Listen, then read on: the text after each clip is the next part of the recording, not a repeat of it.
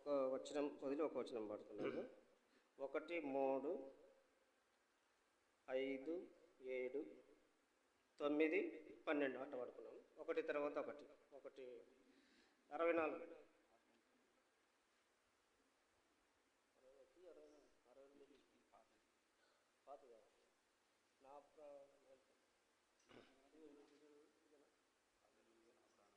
అదే పాట same to same 64 లేదు 64 ఉంది ఇక్కడ హల్లెలూయా నా ప్రాణమా యెహోవాను స్తుతించు. హల్లెలూయా నా ప్రాణమా యెహోవాను స్తుతించు. జీవిత కాలమంతయు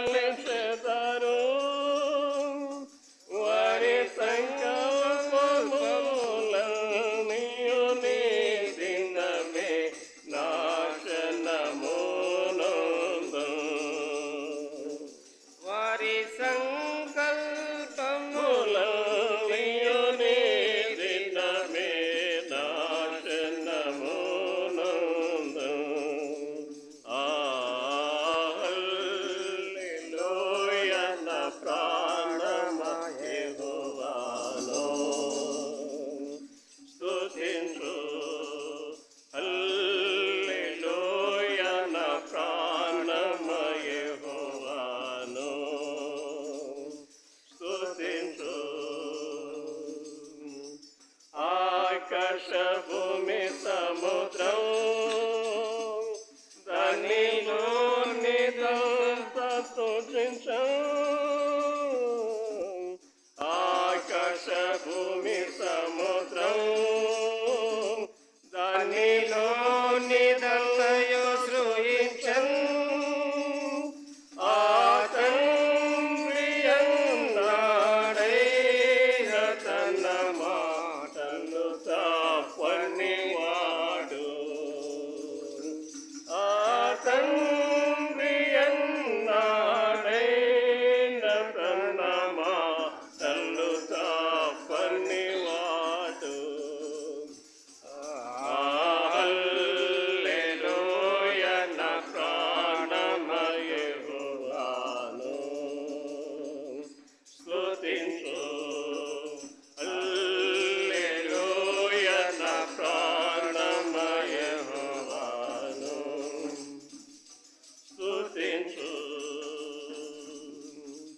బాధనొందిన వారిని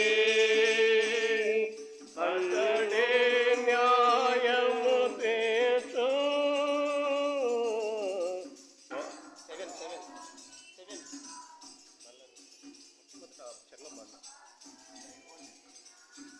ముతీర్చు ఆకలి కొన్ని నాటి వారికి ఆహార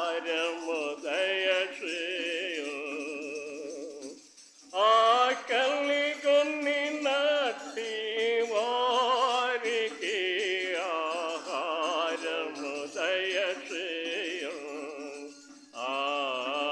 హల్లెలూయన ప్రాణమయెహోవాను స్తుతించు హల్లెలూయ నా ప్రాణమయెహోవాను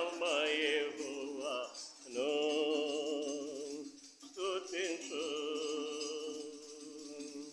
పరదేశవాసులను కాపాడు వాడయనే పరదేశవాసులను కాపాడు వాడయనే వేరు దిక్కులేని వారిని విధవలనాదరించును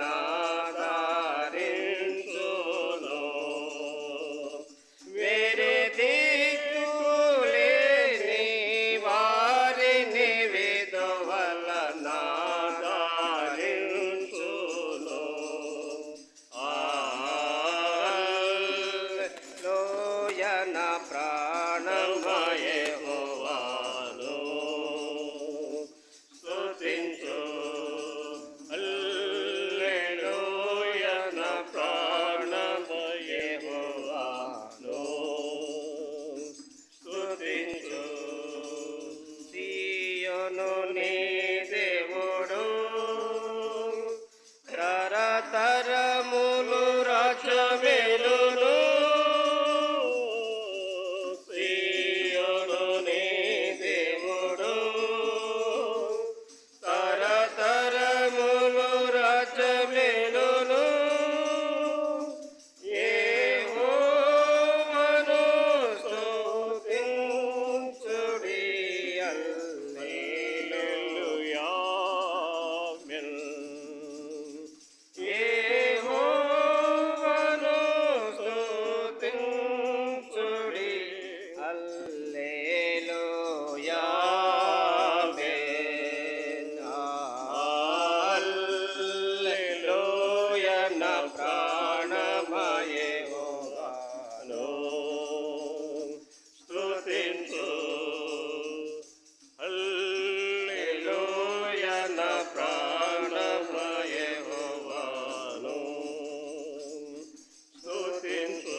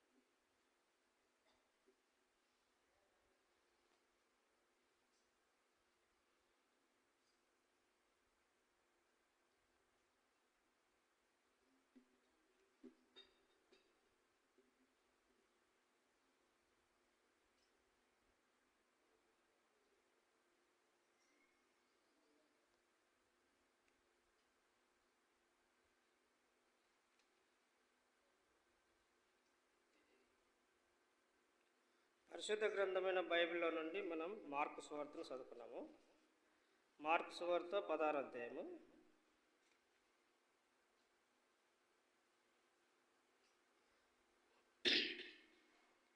మార్కు సువార్త 16వ అధ్యాయము మొదటి నుంచి 11 వరకు మనం మార్చి చదువుకున్నాము. మార్కు సువార్త 16వ అధ్యాయం మొదటి నుంచి 11 వచనాల వరకు.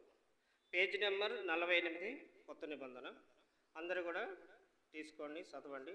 చదువు రాని వాళ్ళు జాగ్రత్త అయ్యండి. చదువు వచ్చిన వాళ్ళు స్పష్టంగా, చదువు రాని వాళ్ళకు అర్థమయ్యేటట్టు చదవండి. విశ్రాంతి దినము గడిచిపోగానే మగ్దలేని మరియయు యాకోబు తల్లి అయిన మరియయు సొలోమి వచ్చి ఆయనకు పుయ్యవల్లని సుగంధ ద్రవ్యములు కొనిరి.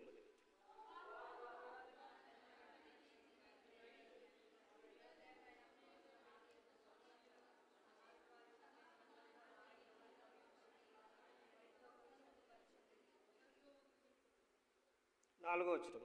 వారు వచ్చి కన్నులెత్తి చూడగా రాయి పొర్లింపబడి ఉండుట చూసిరి. ఆ రాయి ఎంతో పెద్దది. అప్పుడు వారు సమాధిలో ప్రవేశించి తెల్లని నిలుపుటంగి ధరించుకునేది.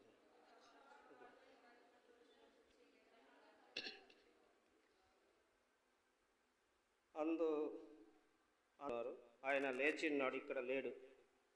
వారు ఆయనను చూచిన స్థలమును చూడుడి.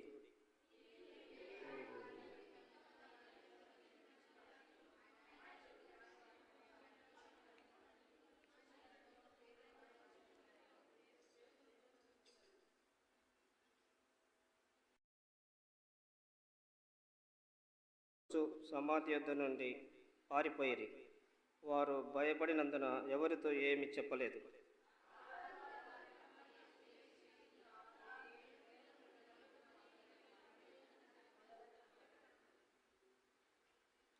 ఆయన తనతో ఉండిన వారు దుఃఖపడి ఏడ్చుచు చుండగా ఆమె వెళ్ళి ఆ సంగతి వారికి తెలియచేసెను. కానీ ఆయన బ్రతికిన్నాడని ఆమె కనపడనని వారు విని నమ్మకపోయిరి. 11వ వచనం వరకు.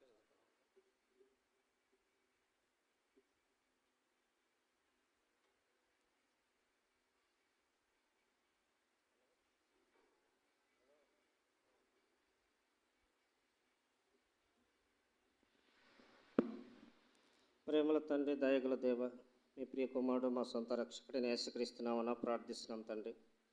పాటలో మీరు మాకు సాయం చేసినందుకు స్తోత్రం. ఇంకా మేము చక్కగా సరైన రాగంలో, తాళంలో, లెటర్స్ పోకుండా మంచిగా పాడేటట్టు మీరే మాకు నేర్పించమని ప్రార్థిస్తున్నాం. వాక్యం కూడా మంచిగా చదివేటట్టు నేర్పించమని ప్రార్థిస్తున్నాం. లెటర్స్ పోకుండా చదువుకున్న వాక్యాన్ని మీరు దీవించి ఆశీర్వదించండి.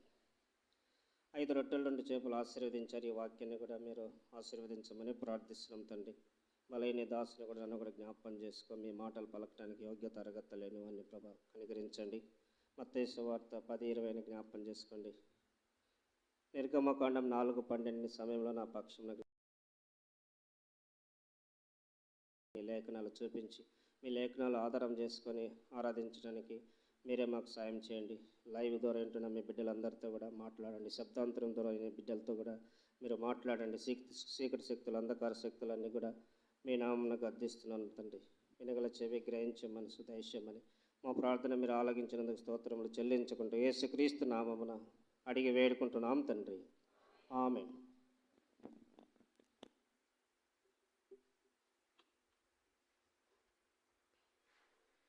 యేసుక్రీస్తు ప్రభువారు ఈ లోకానికి వచ్చి ఆయన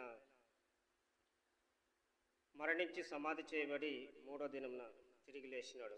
ఆ రోజే ఈరోజు ఆదివారం కనుక యేసుక్రీస్తు ప్రభువారు తిరిగి లేచిన కారణాన్ని బట్టి అనేక మంది యేసుక్రీస్తు ప్రభువారిని ఆరాధిస్తున్నారు, స్తుతిస్తున్నారు, గణపరుస్తున్నారు.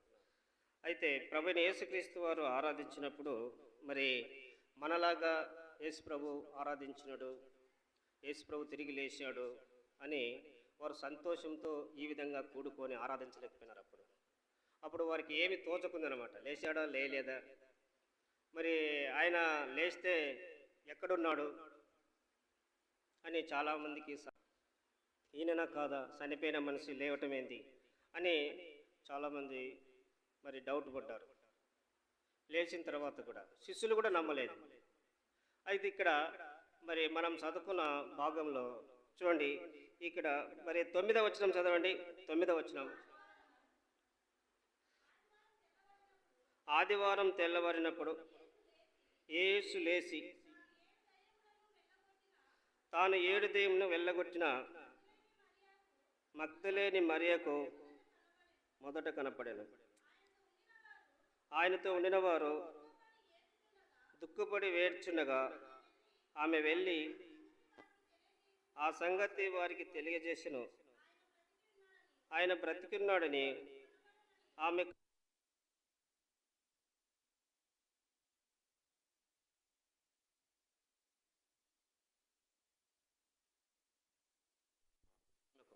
ఒక దెయ్యంతో పట్టిన వ్యక్తి చాలా సఫర్ అయిపోతాడు. మరి బలహీనమైపోతాడు, ఏం చేయలేడు పని. అయితే అలాంటి మరి పరిస్థితుల్లో 7 దెయ్యాలు పట్టినాయంటే ఇంకా ఎంత బలహీనమైపోయి ఉంటుందో చూడండి. అయినప్పటికీ కూడా ఈమె మరి యేసుక్రీస్తు ప్రభువారి ద్వారా స్వస్థత పొందింది. 7 దెయ్యాలు పట్టిన ఇప్పటికి కూడా 7 దెయ్యాల ద్వారా పీడింపబడి మరి ఈమె మానసికంగా శారీరకంగా ఎంతో బలహీనురాలైనప్పటికీ కూడా ప్రభువైన యేసుక్రీస్తు వారు ఆమెకు స్వస్థత ఇచ్చాడు. ప్రభు ఎద్దుకు ఎప్పుడు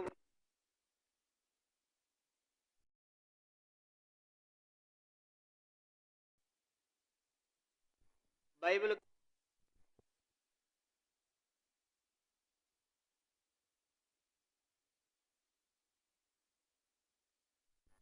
అయితే చూడండి, అక్కడ మరి ఈమె పెందల కడను లేచి మరి యేసుక్రీస్తు ప్రభు వారిని ఏ విధంగా వాళ్ళు సిద్ధపడ్డారంటే మరి సుగంధ ద్రవ్యములతో సిద్ధపడినట్టు మనం దేవుని వాక్యంలో చదువుతాం. చూడండి, మొదటి వచనం చదవండి, 16వ అధ్యాయం. విశ్రాంతి దినము గడిచిపోగానే మగ్దలేని మరియయు, యాకోబు తల్లైన మరియయు, సొలోమి సుగంధ ద్రవ్యములు కొన్నారు. సుగంధ ద్రవ్యములు అంటే మనకు అర్థమయ్యే భాషలో చెప్పాలంటే సెంట్ అన్నమాట, పర్ఫ్యూమ్. మనం అప్పుడప్పుడు వేసుకుంటాం కదా. అంటే ఇప్పుడు యేసుక్రీస్తు ప్రభు వారు మరి సుగంధ ద్రవ్యములు పూయాలని తీసుకున్నారు. మరి సుగంధ ద్రవ్యములు ఎప్పుడు పూస్తారంటే చనిపోయిన తర్వాత పూస్తారు. చనిపోయిన బాడీకి పూస్తారు. అప్పుడు అన్నీ మంచిగా పూసి పెట్టెలో పెడతారు. కానీ వీళ్ళు ఏమని అంటే వీళ్ళ ఆసక్తి, వీళ్ళ ప్రేమ ఏ విధంగా ఉందంటే చనిపోయి 3 దినాలైంది, ఆయన లేస్తానని చెప్పాడు. మరి చూడండి, ఇప్పుడు మరి వీళ్ళు సుగంధ ద్రవ్యములు తీసుకొని వచ్చారు. అంటే 3 దినాల తర్వాత కూడా వీళ్ళు మరి యేసుక్రీస్తు ప్రభు వారికి మరి పూయాలని వాళ్ళు ఎంతో ప్రేమతో మరి యేసుక్రీస్తు ప్రభు దగ్గరికి వచ్చారు. అయితే యేసు ప్రభు వారు అక్కడ లేడు, ఆయన లేచి ఉన్నాడు అని సమాధి దగ్గరనే ఉన్నట్టు మరి పరిశుద్ధ గ్రంథం మనకు తెలియజేస్తుంది. చూడండి, యోహాను సువార్తలో కూడా మరి ఇదే మాట, మరి ఇదే సన్నివేశాన్ని కూడా రాశారు. 4 సువార్తికులు రాశారు. అయితే 4 సువార్తికులు కూడా మరి ఒకటే విషయాన్ని మనము రాసినట్టు చూస్తున్నాము.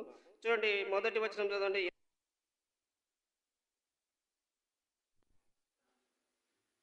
ఏంటది రావటం పోవటం చెరిపోయిందా? ఇది కరెంటా?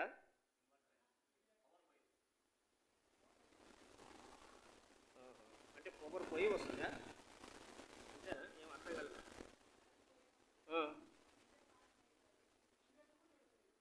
మరి నీటి చెడిపోతే మరి పొయ్యి వచ్చేది కరెంటా జనరేటరా? ఆనే ఆఫ్ అవుతుందా? ఇప్పుడు కరెంట్ లేదా? కరెంట్ ఉంటే ఫ్యాన్లు తిరుగుతాయి కదా. సరే. ఇప్పుడు మొదటి వచనం చదవండి, యోహాను సువార్త మొదటి వచనం. ఆదివారంన ఇంకనూ చీకటిగా ఉన్నప్పుడు మగ్దలేని మరియ పెందలకడ సమాధి వద్దకు వచ్చి సమాధి మీదన రాయి తీయబడి ఉండటం చూసి కనుక ఆమె పరిగెత్తుకొని సీమోను పేతుని వద్దకు, యేసు ప్రేమించిన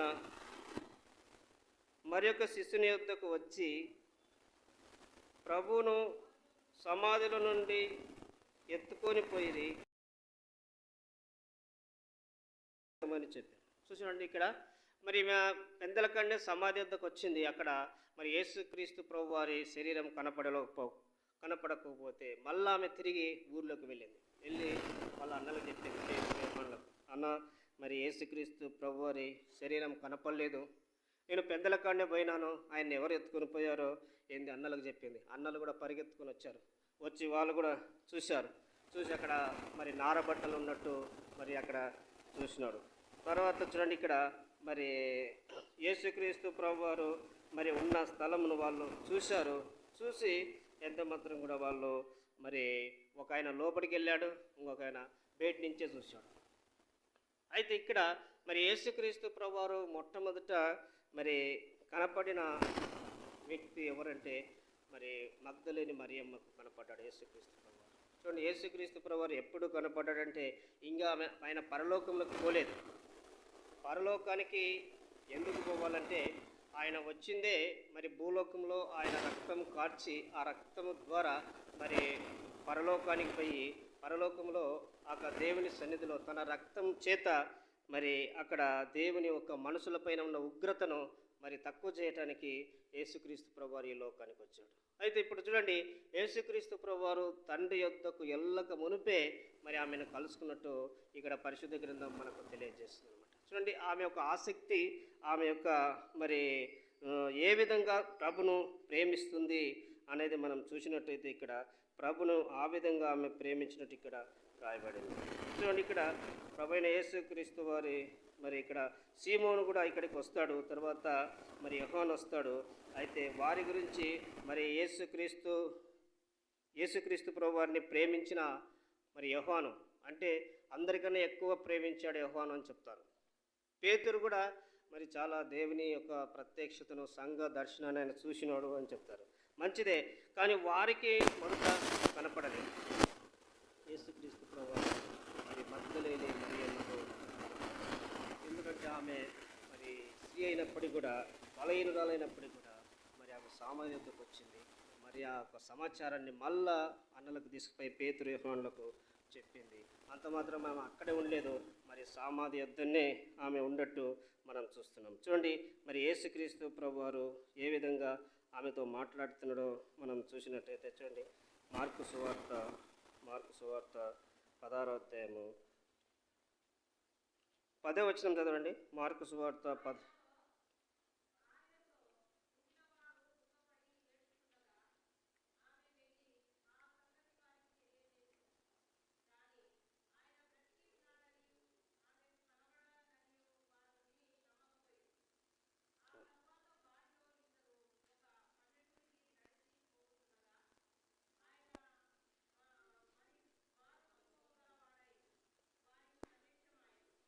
చూడండి, ఇక్కడ యేసుక్రీస్తు ప్రభువారితో ఉండవారు ఏం చేస్తున్నారంటే మరి దుఃఖిస్తున్నారు అన్నమాట.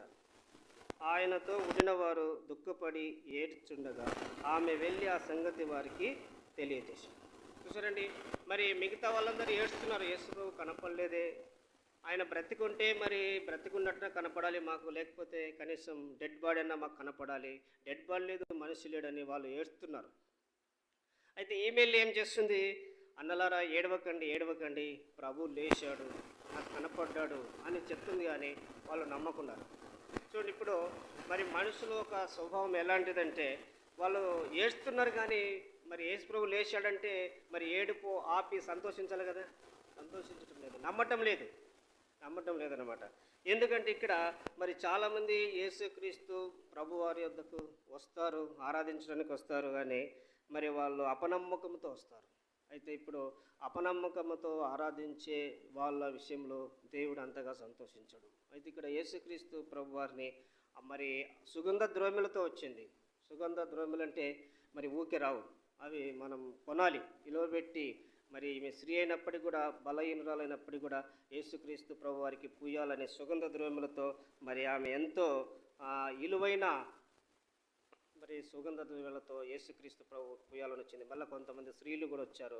తర్వాత మరి వాళ్ళందరికీ కూడా ఆమె యేసుక్రీస్తు ప్రభు వారు కనపడలేదు, కానీ ఆమెకు కనపడినట్టు మనం ఇక్కడ చూస్తున్నాము.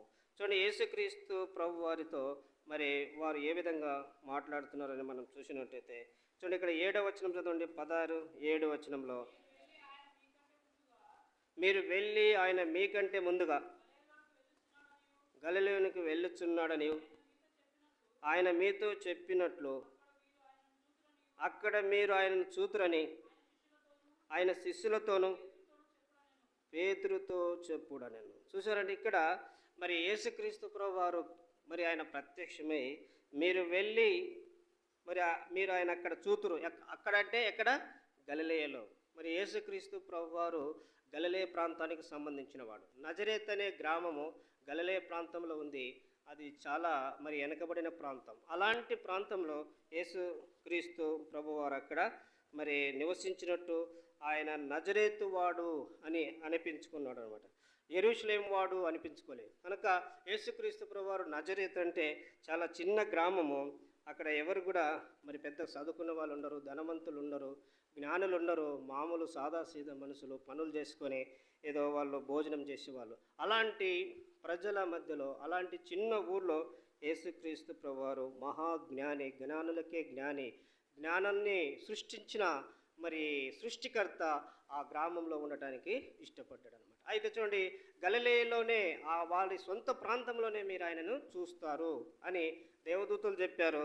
తర్వాత వీళ్ళు మరి పేతురుతో కూడా చెప్పమని చెప్తున్నారు. చూడండి, ఇక్కడ మరి ప్రత్యేకంగా మనం ఇక్కడ చూసినట్టయితే 6వ వచనం చదవండి. 6వ వచనం, అందుకతడు కలవరపడుకుడి, సిలువ వేయబడిన నజరేయుడగు యేసును మీరు వెతుకుతున్నారు. ఆయన లేచి ఉన్నాడు, ఇక్కడ లేడు. వారు ఆయన ఉంచిన స్థలము చూడుడి. మీరు వెళ్ళి ఆయన మీకంటే ముందుగా గలిలయలోనికి వెళ్ళుచున్నాడని ఆయన మీతో చెప్పినట్లు అక్కడ మీరు ఆయన చూతురని ఆయన శిష్యులతోనూ పేతురుతో చెప్పుడని. చూసారంటే, శిష్యులతో చెప్పాడు. మళ్ళీ ప్రత్యేకంగా మరి శిష్యులు అంటే పేతురు కూడా వస్తాడు కదా, అట్లా పేతురు పేరు పెట్టాడు. ఆయన శిష్యులతో చెప్పాడు. శిష్యులతో చెప్తే మరి పేతురు కూడా అట్లా వస్తాడు. కానీ శిష్యులతో చెప్పాడు, తర్వాత మళ్ళీ పేతురుతో చెప్పుడి అని చెప్పాడు ప్రత్యేకంగా. పేతురు ఎందుకండి? పేతురు ఆల్రెడీ 3 సార్లు బొంకాడు కదా. మేము బొంకినామా? మాకు చెప్పినామంటే బాగుంది అని మళ్ళీ అదే పనిగా పేతురికి ఎందుకు చెప్పాలి? మళ్ళీ ఇక్కడికి వచ్చిన తర్వాత ఆయన మరి ఏం మాట పెడతాడో, ఎందుకంటే ఆయన ఇప్పుడు శిష్యులలో మరి పెద్ద వ్యక్తి అనమాట పేతురు. అయితే ఈయన ఏం చేశాడు? యేసుక్రీస్తు ప్రభు వారు మరి నీ కొరకు నేను నా ప్రాణమైన ఇస్తానని చెప్పినాడు. అయితే అలాంటి వ్యక్తి ఒక చిన్న అమ్మాయి వచ్చి నువ్వు వారితో కూడా ఉన్నావు కదా అని చలిమంట కాపుకుంటప్పుడు ఆ అమ్మాయి అడిగితే, లేదమ్మాయి, నేను చూడలేను, ఎవరు అనుకుంటున్నావో చూడు, బాగు చూడు, నేను కాదు, ఆయనతో నేను ఉండలేదు అని చెప్పాడు.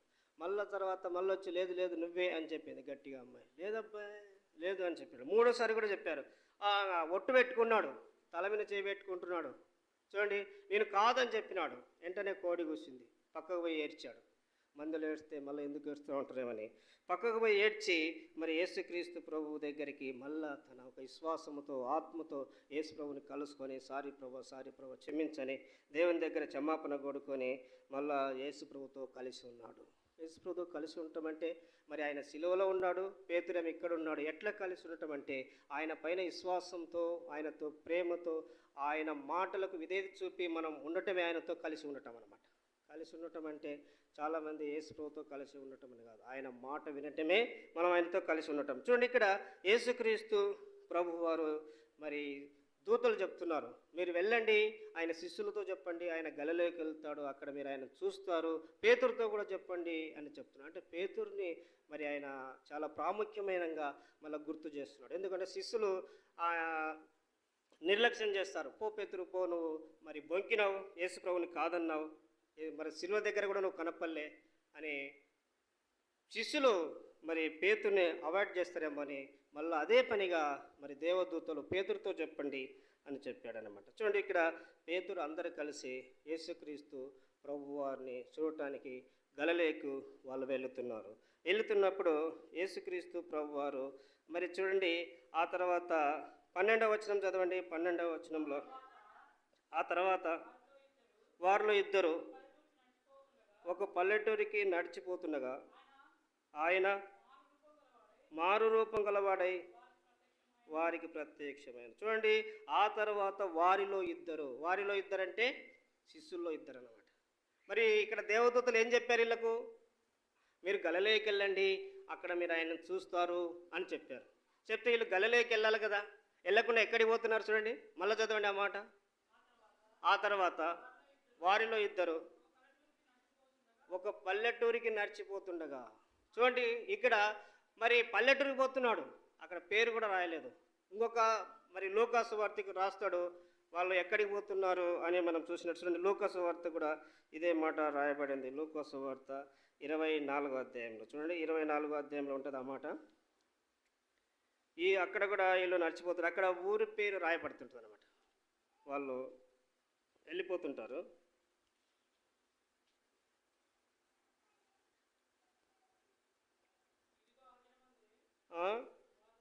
ఎన్నో వచనం? 13వ వచనం చదవండి. 13వ వచనం, ఇదిగో ఆ దినమందే వారిలో ఇద్దరు యెరూషలేమునకు ఆమెడ దూరమున్న ఎమ్మాయి అని ఒక గ్రామమునకు వెళ్ళొచ్చు. చూడండి, ఎమ్మాయి అని ఒక గ్రామమునకు. కానీ యేసు ప్రభు చెప్పింది ఎక్కడికి పోమన్నారు వీళ్ళని? గలిలయకి వెళ్ళమని చెప్పినాడు. అక్కడ మీరు ఆయన చూస్తారు అని చెప్పాడు. కానీ యేసుక్రీస్తు ప్రభు దగ్గరికి వీళ్ళు వచ్చారు, సమాధి వద్దకు వచ్చారు. దేవదూతలు కూడా మాట్లాడినారు. దేవదూతలు చెప్పినా కానీ వాళ్ళు ఇంకా మరి దేవదూతల మాట పైన కూడా వాళ్ళు నమ్మకం పెట్టకుండా మరి ఎమ్మాయి అనే గ్రామానికి వాళ్ళు వెళుతున్నారు శిష్యులు.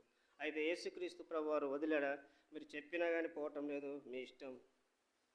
నేను సజీవుడిగా ఉన్నప్పుడు వినలేదు, మళ్ళీ చనిపోయి మళ్ళీ తిరిగి లేచిన తర్వాత కూడా నా మాట వినటం లేదు, మీరు పోండి, మీ పాటికి మీరు పోండి అని యేసు ప్రభు వదిలిపెట్టాడు వాళ్ళని. మనమైతే వదిలిపెడతాం, ఒకసారి చెప్తాం, రెండుసార్లు చెప్తాం, ఈనాడు బ్రదర్ ఆ బ్రదర్, ఈనాడు సిస్టర్ ఆ సిస్టర్ అని మనం చెప్పుకుంటాం. కానీ యేసు ప్రభు ఆ విధంగా కాదు. మళ్ళా వారికి ప్రత్యక్షమైనాడు. ఎట్లా ప్రత్యక్షమైనాడు? ఎలాంటి రూపంతో? మారు రూపంతో ప్రత్యక్షమైనాడు. మరి ఉన్న పాటన ప్రత్యక్షమైతే మళ్ళీ వాళ్ళు ఏమైనా భయపడతారో, లేదా మళ్ళీ ఇటు చెప్తే ఇట్లు ఎందుకు పోతున్నారు అని అడగాల్సింది వస్తుంది కదా. ఇప్పుడు చెప్పిన వ్యక్తే మళ్ళీ కనపడ్డాడు అనుకో, అప్పుడు వాళ్ళకి డౌట్ వస్తుంది, ఈయన కూడా నేను చెప్పింది ఏంటి, మీరు చేసేది ఏంటి అని అడగాల్సింది వస్తుంది. మళ్ళీ వాళ్ళు కూడా చూసేవరే, మనం యేసు ప్రభు ఇట్లు చెప్తే ఇట్లా పోతున్నాం కదా అని వాళ్ళు కూడా భయపడతారు. అందుకనే వారు ఎందుకు పోతున్నారు? మరి వేరే గ్రామానికి, ఎమ్మాయి అనే గ్రామానికి ఎందుకు పోతున్నారు యెరూషలేం నుంచి అని మరి యేసుక్రీస్తు ప్రభు వారు మరొక రూపంలో, మారు రూపంలో వారికి కనపడ్డాడు. కనపడి వారితో ఏం మాట్లాడుతున్నాడు చూడండి. వారితో ఏం మాట్లాడుతున్నాడు యేసు ప్రభు వారు?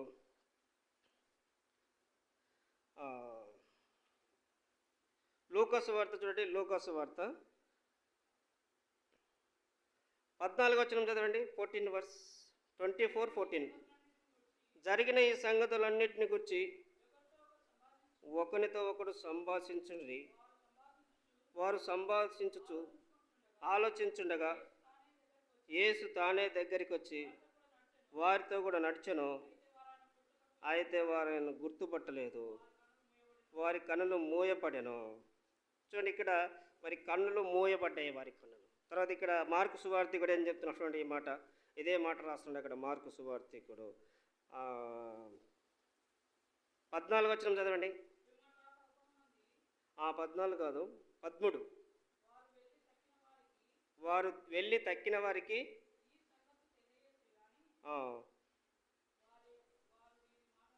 వారు వీరి మాటైనా నమ్మలేదు. 12వ వచనం చదవండి.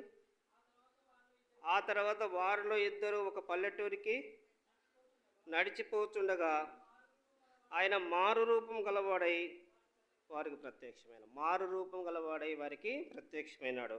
అయితే ఇక్కడ మరి ఈ ప్రత్యక్షమైన వ్యక్తి వారితో మాట్లాడుతున్నప్పుడు ఏమని మాట్లాడుతున్నాడు చూడండి. 18వ వచనం చదవండి. 17 వర్స్ చదవండి. 17వ వచనం.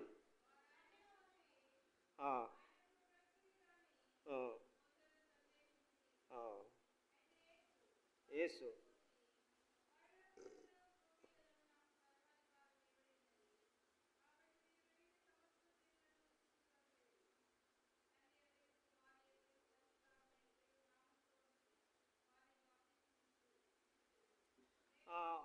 ఒక్క నిమిషం ఆగండి. లూకాసు వార్త 24వ అధ్యాయము 14వ వచనం చదవండి. 14వ వచనం, 14 వర్స్. ఏమనుకోకుండా, జరిగిన ఈ సంగతులన్నిటిని గురించి ఒకరితో ఒకడు సంభాషించుండ్రి. వారు సంభాషించు ఆలోచించుండగా యేసు తానే దగ్గరికి వచ్చి వారితో కూడా నడిచెను. అయితే వారు ఆయన గుర్తుపట్టలేదు, వారి కన్నులు మూయబడెను. ఆయన మీరు నడుచుచు ఒకరితో ఒకడు చెప్పుకొనుచున్న ఈ మాటలు ఏవని అడగగా వారు దుఃఖముఖములై నిలిచారు. చూసారండి, ఇక్కడ యేసుక్రీస్తు ప్రభు వారు యేసు ప్రభు మాట వినటం లేదు, కానీ యేసు ప్రభు ఒక మరి జరిగిన విషయాన్ని బట్టి దుఃఖపడుతున్నారు. అదేం దుఃఖము? చెప్పిన మాట అంటే అయిపోయాయి కదా, మీరు వెళ్ళండి బాబు, గలిలయకి వెళ్ళండి, అక్కడ మరి ఆయన మీకంటే ముందుగా ఉన్నాడు, తన స్వగ్రామంలో సొంత ప్రదేశంలో ఆయన ఉన్నాడు, మీరు వెళ్ళి చూడండి అంటే పోయి చూస్తే సరిపోద్ది కదా. మరి వేరే ప్రాంతం పోయి మరి ఎందుకు దుఃఖపడాలి? బైబిల్ ఏం చెప్తుందంటే దైవ చిత్తానుసారమైన దుఃఖము రక్షణార్థమైన మారు మనసు కలగజేయను. కనుక మనం కొన్నిసార్లు దుఃఖిస్తాం, కానీ అయితే దైవ చిత్తానుసారంగా దుఃఖించాలి. లోకానుసారమైన దుఃఖం దుఃఖకూడదు. కనుక వీళ్ళు దేవుని మాట వినటం లేదు కానీ దుఃఖిస్తున్నారు. ఎందుకంటే వీళ్ళు మానవ మానవత్వం ప్రకారంగా మానవుల ప్రకారంగా ఆలోచిస్తున్నారు. మానవత్వ ప్రకారంగా వాళ్ళు బాధపడుతున్నారు. కానీ దైవికమైన దేవదూతలు కూడా చెప్తున్నారు ఆయన లేచి ఉన్నాడు, మీరు సజీవుడైన వాడిని మృతులో ఎందుకు ఎత్తుకుచున్నారు అని దేవదూతలు చెప్తున్నారు. కానీ వారు నమ్మటం లేదు. అంటే వాళ్ళు ఒక స్టాండర్డ్కి రావటం లేదన్నమాట. అటు ఇటు ఉన్నారు. ఇంకా వెళ్ళిపోయి ఏం చేస్తాం మనం, ఏడ్చడం తప్ప ఇంకేం చేస్తాం. ఆయన వెళ్ళిపోయినాడు, ఆయన ఉంటే బాగుండేది, మన వృత్తి అంతా వదిలిపెట్టేస్తే, చేపలు పట్టేది వదిలిపెట్టేస్తే, తర్వాత మరి పన్ను వసూలు చేసేది అంతా వదిలిపెడితే అని వాళ్ళు బాధపడుతున్నారే. కానీ యేసుక్రీస్తు ప్రభువారు లేచినాడంటే ఏమాత్రం కూడా వాళ్ళు సంతోషించడం లేదు. చనిపోయిన వ్యక్తి ఎవరైనా మన కుటుంబ సభ్యులు హాస్పిటల్కి తీసుకుపోయినాం అనుకోండి, హాస్పిటల్కి తీసుకుని డాక్టర్ గారు వచ్చి మీ అబ్బాయి బ్రతుకుతాడండి ఇంకా లేస్తాడంటే మనకి ఎంత సంతోషం ఉంటుంది. ఎన్ని డబ్బులైనా పర్వాలేదు, ఇంకొక 1,00,000 ఇస్తా, మా వాడిని లేపండి అని అంటాం.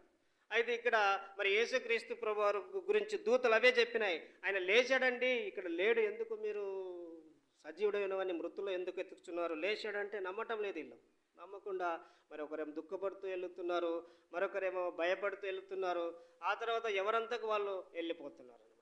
అయితే చూడండి, ఇక్కడ ఇలాంటి పరిస్థితుల్లో యేసుక్రీస్తు ప్రభువారు వారిని అందరినీ కూడా మరలా మరి గ్యాదర్ చేస్తూ వారిని వదిలిపెట్టకుండా, ఆ తర్వాత చూడండి యేసుక్రీస్తు ప్రభువారు ఒక దగ్గర మరి వీళ్ళు భయపడటానికి యేసుక్రీస్తు ప్రభు చెప్పిన స్థలానికి వెళ్ళకపోవటం కారణం ఏంటంటే వీళ్ళలో భయం ఉందన్నమాట. భయం అంటే ఏం భయము? యేసుక్రీస్తు ప్రభు వారిని మరి సిలువేశారు. ఏంట్రా మీకు చెప్పేది అర్థం కాలేదా? మేము ప్రభునే సిలువేసినాం, మళ్ళీ మీరు ఆయన బ్రతికాడంటే మీరు ఇక్కడ గలిలయకు వస్తారా, ఇక్కడ యేసు ప్రభు ఎత్తుకుతారా అని, మళ్ళీ మనల్ని ఆడ సిలువేస్తారో అని వీళ్ళు భయపడిపోతున్నారు శిష్యులు. భయపడి వద్దున నాయన లేస్తే లేయని, మరి లేచినలో లేయడం మనకైతే తెలియదు. ఆయన ఉండేవాడైతే బ్రతికున్నప్పుడే అట్లే చనిపోకుండా ఉంటే బాగుండేది. కానీ చనిపోయిన తర్వాత ఇప్పుడు మళ్ళా దేవదూతలు చెప్తున్నారు ఆయన ఉన్నాడని పోతే మళ్ళీ రోమా సైనికులు మనల్ని పట్టుకొని మనల్ని సిలివేస్తే మన పరిస్థితి ఏం కావాలి? బ్రతికుంటే ఉప్పు ఉంటే ఊపిరి అమ్ముకొని, ఊపిరింటే ఉప్పు అమ్ముకొనైనా బ్రతుకుతామని వాళ్ళు తలా ఒక దారిలో పోతున్నాడు. పోవటం మాత్రమే కాకుండా వీళ్ళందరూ ఒక స్థలానికి వెళ్ళి అక్కడ భయంతో వాళ్ళు ప్రార్థన చేస్తున్నట్టు మనం ఇక్కడ చూస్తున్నాం. చూడండి, మరి యేసుక్రీస్తు ప్రభువారు ఇలాంటి పరిస్థితుల్లో ఉన్నప్పుడు మరి వారి దగ్గరికి వెళ్ళాడు యేసు ప్రభువారు. నేను చెప్పిన మాట మీరు వినటం లేదు, మరి ఇప్పుడు కూడా నమ్మటం లేదు కనుకనే యేసు ప్రభు వారిని వదిలిపెట్టడం కానీ వారి ఉన్న స్థలానికి వెళ్ళి వారిని బలపరుస్తున్నట్టు మనం చూస్తున్నాం. చూడండి, యోహాను సువార్తకు రండి. మళ్ళీ యోహాను సువార్తలో యేసుక్రీస్తు ప్రభువారు ఏ విధంగా మరి వారిని బలపరుస్తున్నాడు, వారిని ఏ విధంగా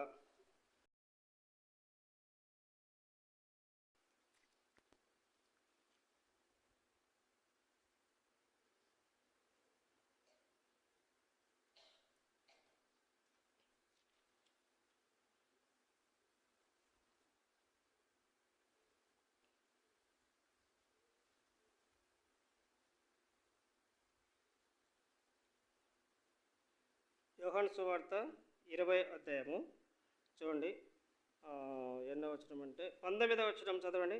19 వర్స్. ఆదివారము సాయంకాలంలో శిష్యులు యూదులకు భయపడి తాము కూడి ఉన్న ఇంటి తలుపులు మూసుకొని ఉండగా యేసు వచ్చి మధ్యన నిలిచి మీకు సమాధానం కలుగుగా కానీ వారితో చెప్పాను. చూడండి, ఇక్కడ యేసుక్రీస్తు ప్రభువారు మరి శిష్యుల యొద్దకు వచ్చాడు. ఎలాంటి పరిస్థితులు ఉన్నారంటే వీళ్ళు యూదులకు భయపడి మరి తలపేసుకొని ఉన్నారు. మరి దేవదూతలేమో యేసు ప్రభు లేచాడు వెళ్ళండి అని చెప్పినారు. మరి స్త్రీలు కూడా మగ్దలేని మరి ఆమె బలహీనరాలు, ఆమె కూడా చెప్పింది, అన్న యేసు ప్రభు లేచాడంట, మరి దేవదూతలు చెప్పారు నాకు అంటే మరి ఆమె మాట వినటం లేదు. మరి ఏడుస్తున్నారు వాళ్ళు. ఏడ్చే వాళ్ళు యొద్దకు చెప్పారు. ఏడవాల్సింది ఎవరు? స్త్రీలు ఏడవాలి. ఎక్కువ శాతం స్త్రీలు ఏడుస్తారు, కానీ పురుషులు చాలా తక్కువ. పురుషులు ఏడవటం అనేది చాలా అవమానం అన్నమాట, చాలా తక్కువ. ఇంకా పురుషుడు ఏడ్చినాడంటే ఇంక అంతే, ఏం లేదు అని అర్థం అనుకోవాలి. స్త్రీలు మరి అవసరం అయినప్పుడు ఏడుస్తాడు, అవసరం లేనప్పుడు కూడా ఏడుస్తారు స్త్రీలు. కానీ పురుషుడు అట్టే ఏడ్చాడు. పురుషుడు ఏడ్చాడంటే చాలా క్రిటికల్ పరిస్థితి అని గుర్తించాలి. అయితే ఇలాంటి పరిస్థితిలో మరి ఇక్కడ మగ్దలేని మరియమ్మ మరి ఏడ్చే వాళ్ళ యొద్దకు చెప్పినాడు, వాళ్ళు కూడా నమ్మటం లేదు. దేవదూతలు వచ్చారు, దేవదూతల మాట నమ్మటం లేదు. ఆ తర్వాత చూడండి ఇక్కడ, మరి ఆదివారం సాయంకాలం శిష్యులు యూదులకు భయపడి ఆ, తాము కూడి ఉన్న ఇంటి తలుపు మూసుకొని ఉండగా. చూసారండి, యూదులకు భయపడి, ఇంకా భయం పోలే. మరి ఒకవేళ యేసుప్రభు లేచాడండి, మాకు కనపడ్డాడు, దేవదూతలు కూడా మాకు చెప్పారు, మా వాళ్ళు గలిలయకి పోతున్నారు, మేము కూడా వెనక పోతున్నాం, కావాలంటే రండి, మీరు కూడా చూతురు, అనవసరంగా ఆయన సిలువేశారు, ఆయన సజీవుడు, దేవుడు, రక్షకుడు, ప్రభు, ఇజ్రాయెల్ని విమోచించే మెస్సియా అని చెప్పొచ్చు కదా. చెప్తే చంపేస్తారని భయపడుతున్నారు. భయపడి ఎక్కడ పోయినారంటే యూదులకు భయపడి ఒక ఇంట్లోకి పోయి తలుపేసుకొని వీళ్ళు ఆ విధంగా ఉన్నారు. అయితే యేసు ప్రభు వారు మధ్యలోకి వెళ్ళి ఏమంటున్నాడు చూడండి. యేసు ప్రభు వారు తలుపు తీయండి, తలుపు కొట్టినాడా? తలుపు కొట్టాల్సిన అవసరం లేదు. ఆయన తలుపు వేసినా తలుపు వేయకపోయినా ఏకరీతిగా ఉంటాడు అనమాట. చూడండి ఇక్కడ, మరి తలుపు తీయాల్సిన అవసరం లేదు యేసు ప్రభు లోపలికి పోవాలంటే. అయితే వీరు మరి యూదులకు భయపడి వాళ్ళు ఆ విధంగా ఉన్నప్పుడు యేసు ప్రభు వారు వారి మధ్యలోకి పోయి ఏం చెప్తున్నాడు చూడండి. యేసు వచ్చి మధ్యన నిలిచి, 3వ లైన్ చూడండి, 3వ లైన్ చదవండి, 19 3వ లైన్. యేసు వచ్చి మధ్యలో నిలిచి మీకు సమాధానం కలుగునుగాక అని వారితో చెప్పాడు. చూసాడు, మధ్యలో నిలిచాడు. మరి వాళ్ళు రౌండ్గా కూర్చున్నారేమో. మరి ఇక్కడ మధ్యలో నిలిచాడంటే రౌండ్లో ఉన్నట్టే కదా. చూడండి, ఇప్పుడు మనం ప్రభు శరీర రక్తం ఎక్కడ పెట్టాం? మధ్యలో పెట్టాం. అయితే ఇప్పుడు రౌండ్లో కూర్చున్నారు, వీళ్ళు భయపడుతున్నారు, వణికిపోతున్నారు, ఏం చేయాలని అర్థం కావట్లేదు. మరి ఇక్కడ ఉందాం, ఎవరికి కనపడకుండా అనుకున్నారు. అయితే యేసు ప్రభు వచ్చి మధ్యలో నిలిచి మీకు సమాధానం కలుగుగాక అని చెప్పాడు. ఈయనెవరు నాయన, మాకు సమాధానం లేక మేము చెప్పబెట్టకుండా తలుపు కూడా తెరవలేదు, ఎట్లా వచ్చినాడు అని వాళ్ళకు ఏమాత్రం కూడా తోచటం లేదు. అయితే చూడండి, ఇంకా యేసుక్రీస్తు ప్రభు వారు ఏం మాట్లాడుతున్నాడు చూడండి. యేసు వచ్చి వారి మధ్య నిలిచి మీకు సమాధానం కలుగుగాక అని వారితో చెప్పాను. ఆయన అలా చదవండి. ఆయన అలాగ చెప్పి వారికి తన చేతులను ప్రక్కను చూపగా శిష్యులు చూసారండి, సంతోషించారు యేసు. తర్వాత కింద ఏం రాశాడు చూడండి, సంతోషించారు. అప్పుడు యేసు మరలా మీకు సమాధానం కలుగుగాక, తండ్రి నన్ను పంపిన ప్రకారము నేను మిమ్మల్ని పంపుచున్నానని వారితో చెప్పాను. ఆయన ఈ మాట చెప్పి వారి మీద ఊది పరిశుద్ధాత్మ పొందుడి. మీరు ఎవరి పాపములు క్షమించుదురో వారికి క్షమింపబడును, ఎవరి పాపములు మీరు నిలిచి ఉండెత్తురో అవి నిలిచిండని వారితో చెప్పారు. చూడండి, యేసుక్రీస్తు ప్రభు వారు ఏం చెప్తున్నాడు? వారిని బలపరుస్తున్నాడు, ఇంకా వారికి అధికారం ఇస్తున్నాడు. అయితే యేసు ప్రభు వారు మరి వారిని కలుసుకున్నప్పుడు వాళ్ళు సంతోషించారు అన్నమాట. కనుక మరి యేసుక్రీస్తు ప్రభు వారు మరి మనం ఎలాంటి పరిస్థితులు ఉన్నా మనల్ని సంతోషపరచడానికి ఆయన ఇష్టపడతాడు. సంతోషపడటానికి వీళ్ళు భయంలో ఉన్నారు, యూదులకు భయపడి మరి తలుపేసుకొని లోపల గదిలో ఉన్నారు. అయితే వాళ్ళ మధ్యలోకి పోయి చేతులు కాళ్ళు చూపించాడు. నేనే యేసు ప్రభుని, భయపడకండి, ఎందుకు భయపడుతున్నారు మీరు, నేను లేచినాను కదా, ఎందుకు భయపడుతున్నారని యేసుక్రీస్తు ప్రభు వారు ధైర్యపరిచే లోపల అప్పుడు వాళ్ళు ఏం చేశారంటే సంతోషించారు అని రాయబడింది. చూడండి, సంతోషించారు. 20వ వచనంలో ఆయన అలాగ చెప్పి వారికి తన చేతులు ప్రక్కను చూపగా శిష్యులు ప్రభును చూసి సంతోషించిరి. ప్రభును చూసి వాళ్ళు సంతోషించారు. కనుక మనల్ని సంతోషపరిచేవాడు. కనుక తర్వాత మరి యేసుక్రీస్తు ప్రభు వారు వారికి అధికారం ఇచ్చాడు. మీరేం భయపడకండి, మీరు ఎవరి పాపములు అయితే క్షమిస్తారో వారి పాపములు క్షమించబడతాయి, ఎవరి పాపములు నిలిచి ఉండాలని చెప్తారో అట్లే నిలిచి ఉంటాయి.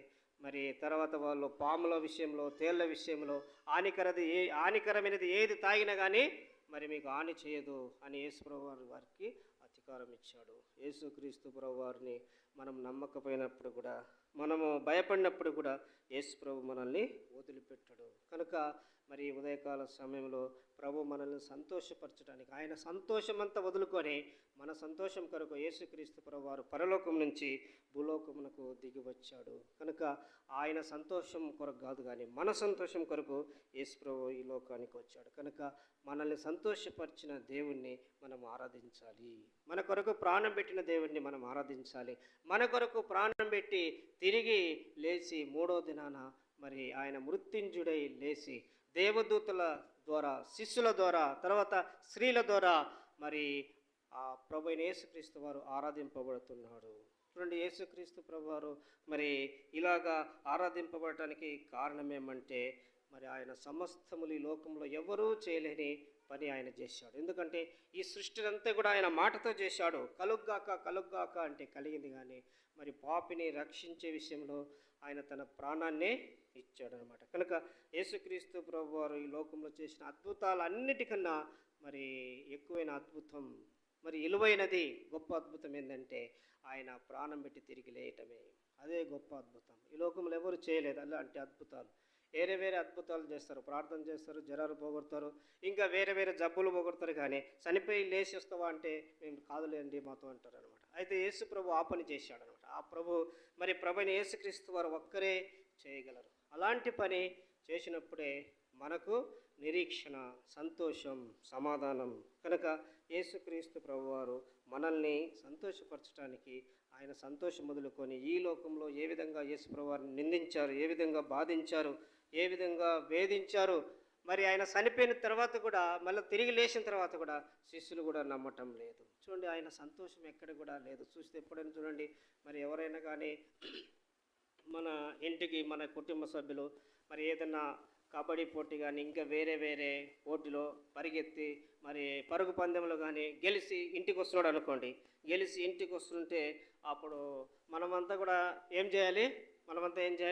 ఆ అబ్బాయిని మరి రిసీవ్ చేసుకొని సంతోషించాలి. మనం ఏం గెలిచావులే, నువ్వు కాబట్టి గెలిచినావా గెలిచలేదా అని మనం అంటే ఎట్లా ఉంటుంది? ఆ పిల్లగానికి సంతోషం ఉంటుందా? గెలిచి వచ్చాడు, మన ఇంట్లో నుంచి పోయి గెలిచి వచ్చాడు, కప్పు తీసుకొని వస్తున్నాడు, కానీ మనమందరం కూడా గెలిచావులే, నువ్వు కాబట్టి గెలిచావులే, ఏం గెలిచావులే, గెలిచినావా గెలిచలేదు, ఏరే వాళ్ళ కప్పు తీసుకొని వస్తున్నావా అన్నట్టు మనం డౌట్ పడితే ఎంత బాధపడతాడు. కనుక ఇప్పుడు యేసుక్రీస్తు ప్రభు విషయంలో అదే చేస్తున్నారు అనమాట.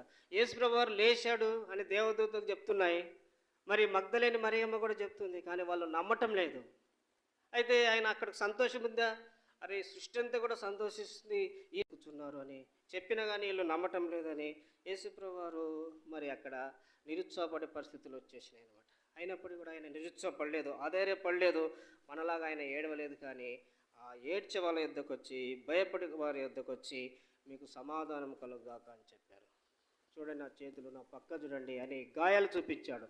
అప్పుడు వాళ్ళు సంతోషించారన్నమాట. కనుక ప్రభువు అయిన దేవుడు మనల్ని సంతోషపరిచే దేవుడు కాబట్టి ఆయనను కూడా మనము సంతోషంగా దేవుణ్ణి ఆరాధించాలి. ఆరాధన అంటే దేవునికి మనం ఇచ్చేది. ఈ లోకంలో మనం చేసే పనులన్నీ కూడా ప్రార్థనలు, ఇంకా వేరే కార్యక్రమాలు మన కొరకు అన్నమాట ఇవన్నీ. అయితే చూడండి, ఆరాధన అనేది ఒకటే దేవునికి మనము ఇచ్చేది. చూడండి, ఇప్పుడు మనం సంతోషంగా దేవుణ్ణి ఆరాధించాలి, దుఃఖంతో కాదు. యేసు ప్రభు చనిపోయి తిరిగి లేచాడు, ఆయన మరణాన్ని మృంగివేశాడు. చూడండి, ఈ లోకంలో మరి ఒక మనిషి ఏదైనా జబ్బు వచ్చిందనుకో, జ్వరం వచ్చింది, మళ్ళీ టాబ్లెట్స్ మింగుతాడనమాట. అయితే యేసు ప్రభు వారు మరణాన్ని మింగాడు. మరణాన్ని మరి ఎన్నటికి కూడా మనం ఒక టాబ్లెట్, జ్వరానికి ఒక టాబ్లెట్ మింగిన తర్వాత 10 నిమిషాల తర్వాత వచ్చి అన్న టాబ్లెట్ ఎట్టుని చూపించమంటే మనం చూపిస్తామా?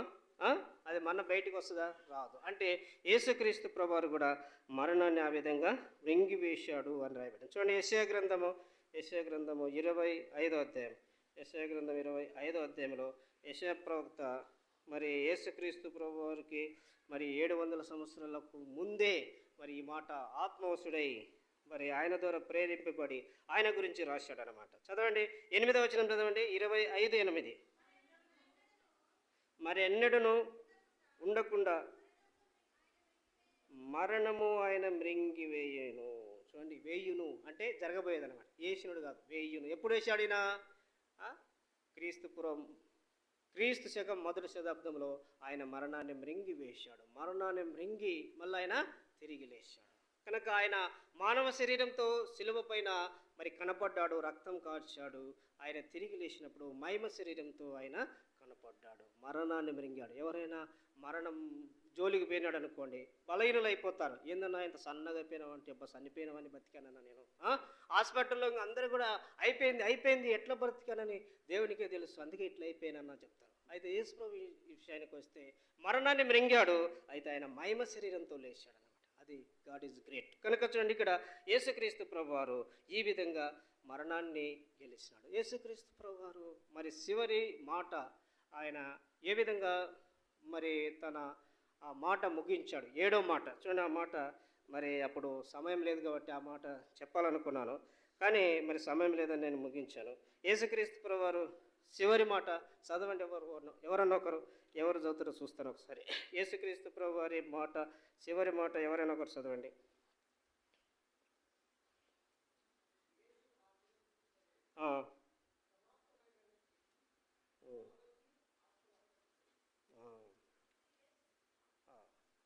గట్టి చదవండాక.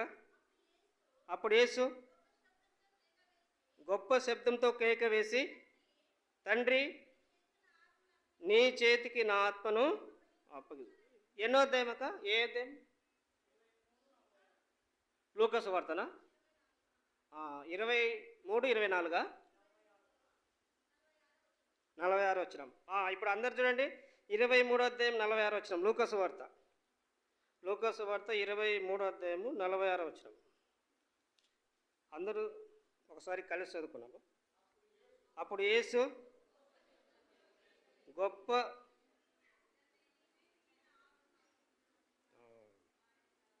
నేను తీయటం లేట్ అయింది, ఇప్పుడు నేను తీస్తాను, అందరం కలిసి చదువుకున్నాము.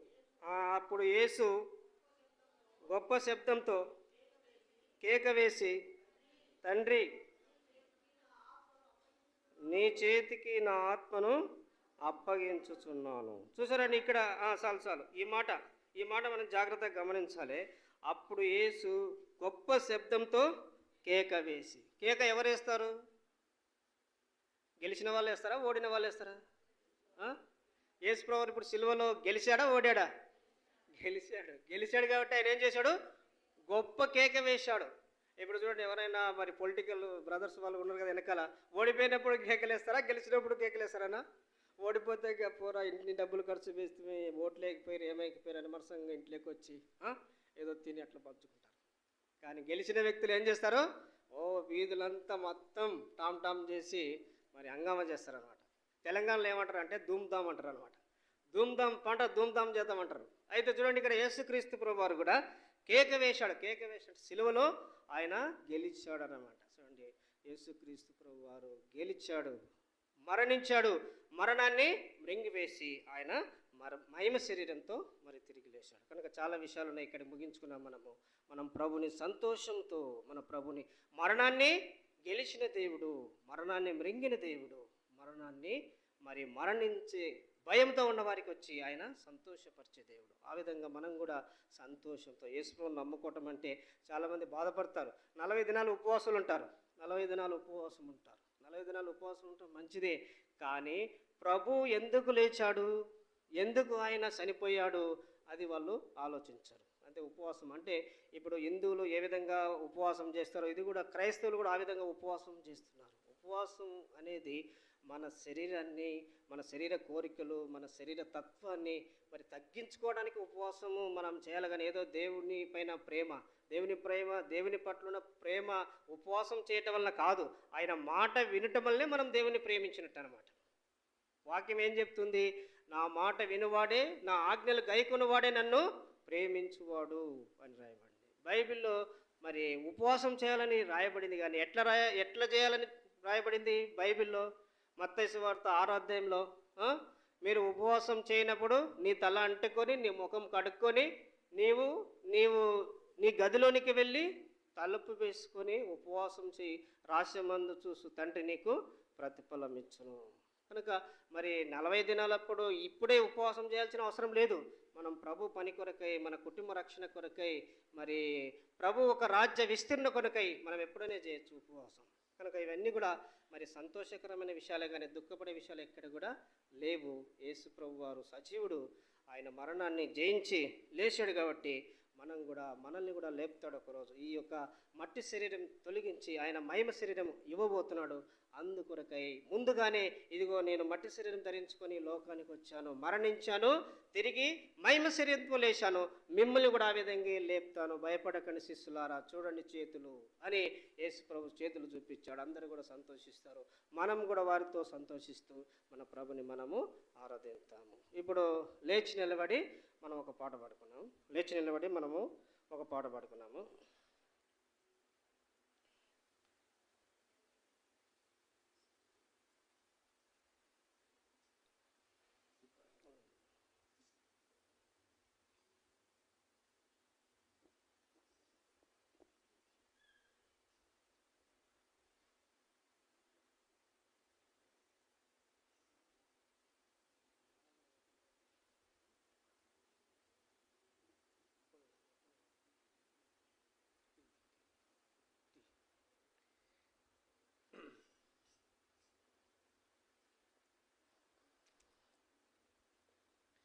ఇప్పుడు దేవుడు నాకు ఒక పాట ఇచ్చాడు. ఆ పాట నేను పాడతాను, మీరు జాగ్రత్తగా వినండి. బైబిల్లోనే ఉంటుంది ఆ పాట. అంటే వాక్యానికి దేవుడు నాకు రాగం ఇచ్చాడు అనమాట. 104వ కీర్తన చూడండి. 104వ కీర్తన తీయండి.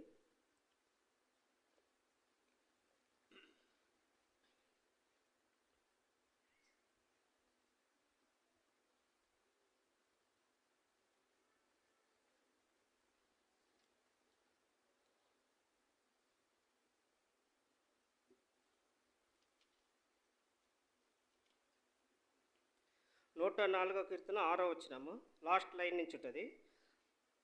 6వ వచనం లాస్ట్ లైను, మొదటి వచనము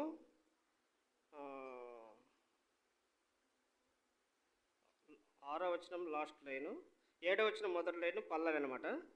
తర్వాత 7వ వచనం రెండో లైను, 8వ వచనము చరణం. ఇది 14 వచనాల వరకు ఉంటుంది. ఒకసారి ఒక వచనం పల్లవి పాడుతాను, మీరు వినండి. తర్వాత అందరం కలిసి పాడుకున్నాము. కొండలకు పైగా నీళ్లు నిలిచెను, నీవు గద్దింపగానే అవి పారిపోయెను, పారిపోయెను. కొండలకు పైగా నీళ్లు నిలిచెను, నీవు గద్దింపగానే అవి పారిపోయెను, పారిపోయెను. కొండలకు పైగా నీళ్లు నిలిచెను, నీ ఉరుము శబ్దమిని అవి త్వరగా పారిపోయెను, నీ ఉరుము శబ్దమిని అవి త్వరగా పారిపోయెను. నీవు వాటికి నియమించిన చోటికి పోవుటకై, నీవు వాటికి నియమించిన చోటికి పోవుటకై అవి పర్వతములకెక్కెను, పల్లమునకు దిగెను, అవి పర్వతములకెక్కెను, పల్లమునకు దిగెను. కొండలకు పైగా నీళ్లు నిలిచెను, నీవు గద్దింపగానే అవి పారిపోయెను, పారిపోయెను. కొండలకు పైగా నీళ్లు నిలిచెను, అవి మరలి వచ్చి భూమిని కప్పకుండునట్లు, అవి మరలి వచ్చి భూమిని కప్పకుండునట్లు, అవి దాటలేని సరిహద్దులు నీవు వాటికి నియమించితివి, అవి దాటలేని సరిహద్దులు నీవు వాటికి నియమించితివి. కొండలకు పైగా నీళ్లు నిలిచెను, నీవు గద్దింపగానే అవే పారిపోయెను, పారిపోయెను. కొండలకు పైగా నీళ్లు నిలిచెను,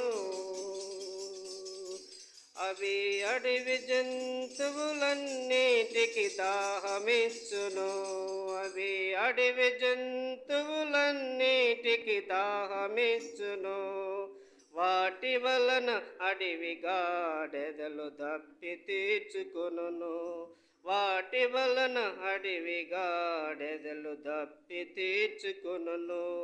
కొండలకు పైగా నీళ్ళు నిలిచెను, నీవు గద్దింపగానే అవి పారిపోయెను, పారిపోయెను.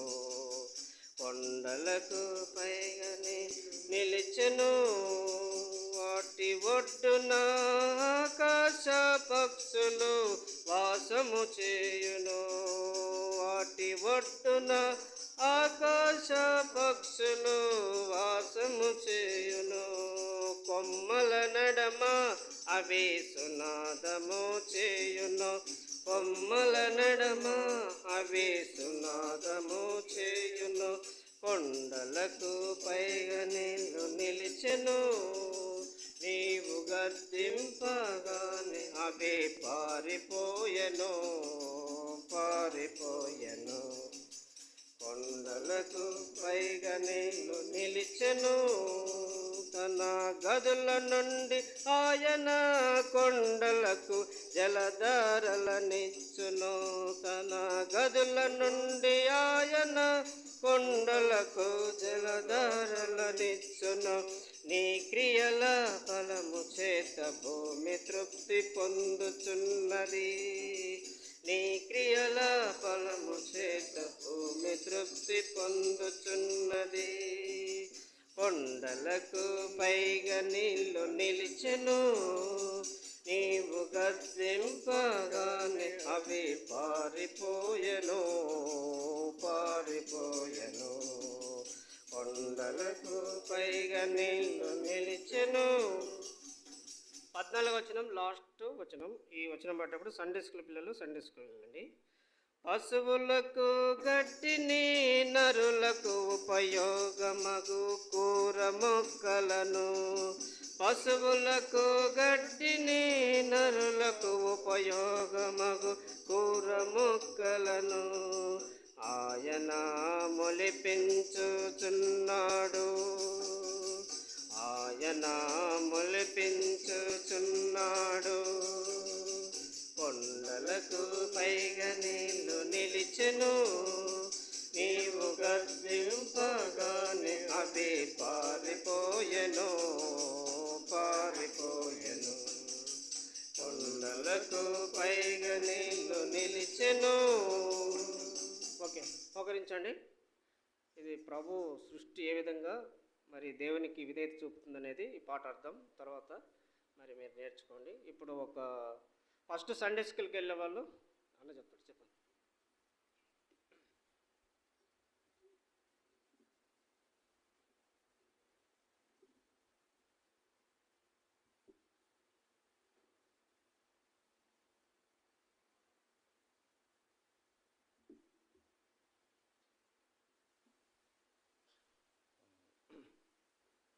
సండే స్కూల్ టీచర్లు షేబక్క, పద్మ, మీరు ఆరాధన చేసి వెళ్ళండి. తర్వాత వంట పరిచర్య కొరకు ఈ దినము అందరికీ వంట కాబట్టి కొంచెము ఎక్కువనే వెళ్ళాలా, కానీ ప్రిష్కిల్లా, తర్వాత లలితక్క, తర్వాత అప్పియ, మీరు వెళ్ళండి. ఇంకా కొంతమంది కూడా సహకరించండి, పని చేయండి. ఆరాధన చేస్తాం.